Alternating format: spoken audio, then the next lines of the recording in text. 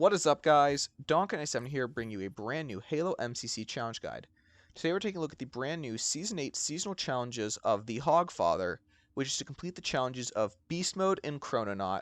This will grant you access to the Gilded Lion Warthog skin.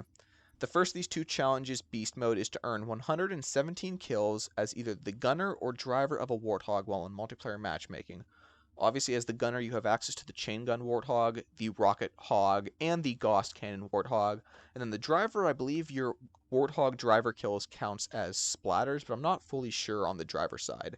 The other challenge here is Chrononaut, which is to complete a cross-game campaign playlist. We're first going to be taking a look at the Chrononaut challenge, as we're going to be using the cross-game campaign playlist of Get in the Ring, which is a combined par time of about 55 minutes, though I completed this in about 45 minutes using some speed running. It contains the levels Halo from Combat Evolved, Delta Halo from Halo 2, and Halo from Halo 3. Now, the first of these missions, Halo, we're pretty much going to play like normal up until we get to the Warthog, which then again we will continue playing like normal until we actually get to where the light bridge is specifically. Here we are getting into the Warthog right now. We're going to drive off.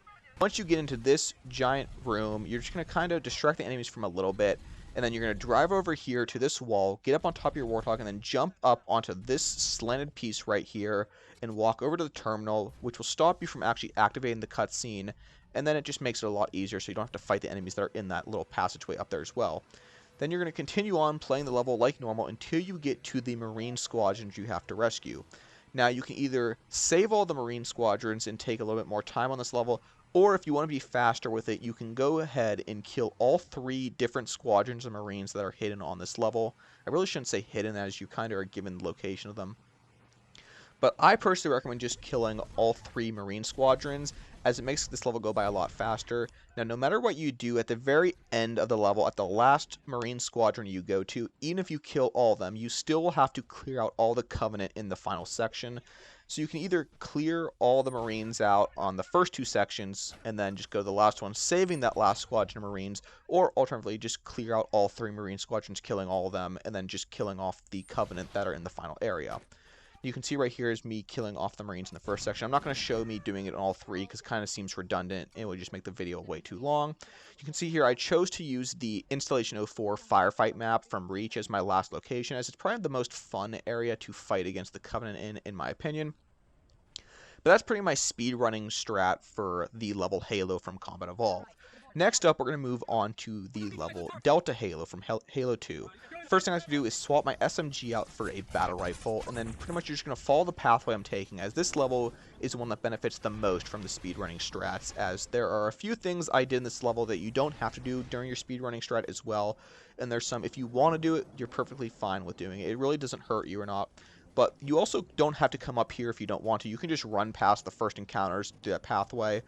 If you do take this path I'm going, you do need to come back down here to this little area and this like little notch in the geometry, and you need to load that checkpoint so the enemies in the next section spawn in. As you saw, there was a checkpoint done that appeared, and then 2 jackals spawned in. You need those jackals to spawn in if you're going up here. Alternatively, if you're just going to follow the pathway like normal and skip the first battle, then you don't have to worry about it because they will already spawn in normally. Now, I came down that ledge a little too risky. That wasn't actually the area I was supposed to come down.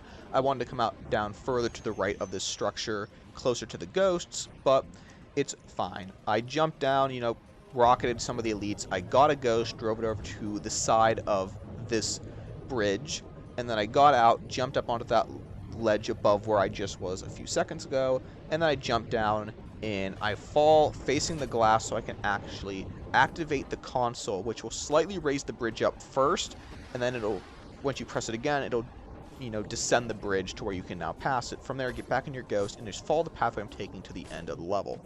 Now, this area can be kind of rough sometimes, as the enemies really like to shoot at you, and there's other ghosts that you have to worry about, and don't try to splatter enemies like I'm doing, otherwise you're just going to give yourself a pain in the butt.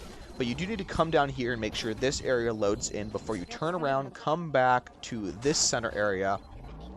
I like to hide behind this pillar, let my shields and stuff recharge, then make a beeline for this wall, holding A so my ghost will lift up, and then just continue following the path I'm taking. I like to use the last 2 lines of trees to start my descent down with the ghost, and you want to be able to land on this concrete wall, or on top of it I should say, and then just follow the ghost path again.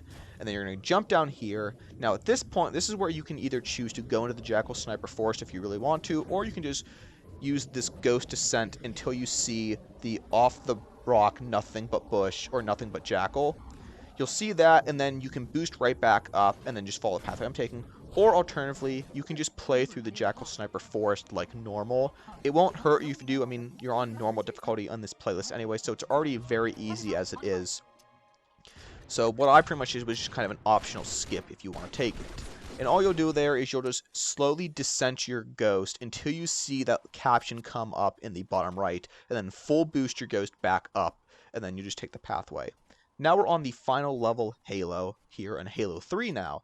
First thing I have to do is turn around and grab a BR. I forgot to grab extra BR ammo though, so I only had 2 clips of a BR. And you want to make sure you at least have 1 frag grenade with you, preferably 2 if you screw up the first time, as I did screw up the first time on this grenade jump.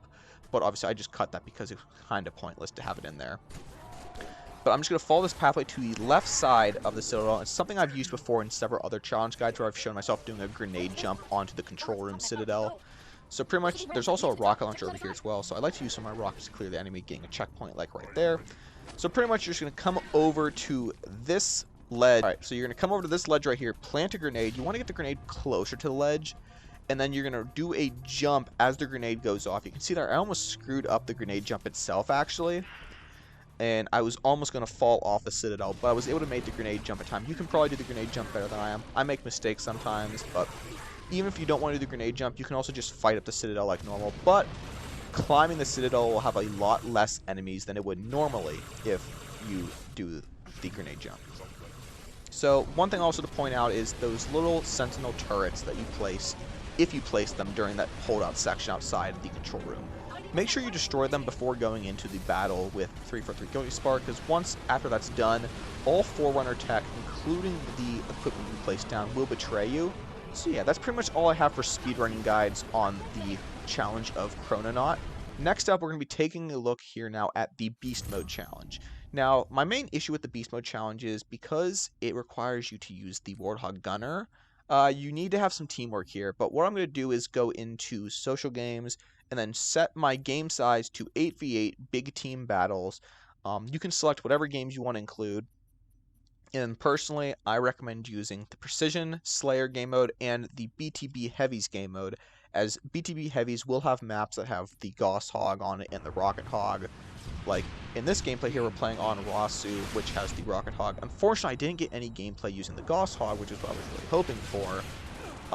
Also, I personally only really use Halo Reach and Halo 4 for this challenge, even though I had all the other games selected. You can use whatever one you want, but personally, I'm only going to be using probably Halo Reach and Halo 4 for it, since they have the most, I would say, vehicle or Warthog options, as you get the Rocket Hog and the Gauss Hog on BTB Heavies. But you can see here I'm just using a little compilation of me getting some kills with the Rocket Hog. In this match, I only actually got 8 kills with the Rocket Hog, and most of the time I had to use the Rocket Hog by myself because people wouldn't drive me, which is a major issue I'm having with this challenge. Is it seems a lot of people are either being hogging the Warthog, or you get people that just refuse to drive somebody if they've already gone to the turret. And it is the first day of this challenge, but I would strongly recommend, if you can, team up with a friend and both of you work on this challenge together, so you're not relying on somebody to drive your Warthog around, as you're going to end up in situations like I am in this video where I'm not really getting people to drive my Warthog around at all. But at the end of the day, that's ultimately up to you, however you want to go about getting the Beast Mode challenge complete. I'm probably going to just try and do it in Reach and in Halo 4, and hopefully a lot with the Gauss Cannon. But that's really all I have for you guys today in this video. I hope you enjoyed. Remember, if you did, leave a like, comment, and subscribe so I know you guys did. And I'll catch you guys all in the next one. Peace.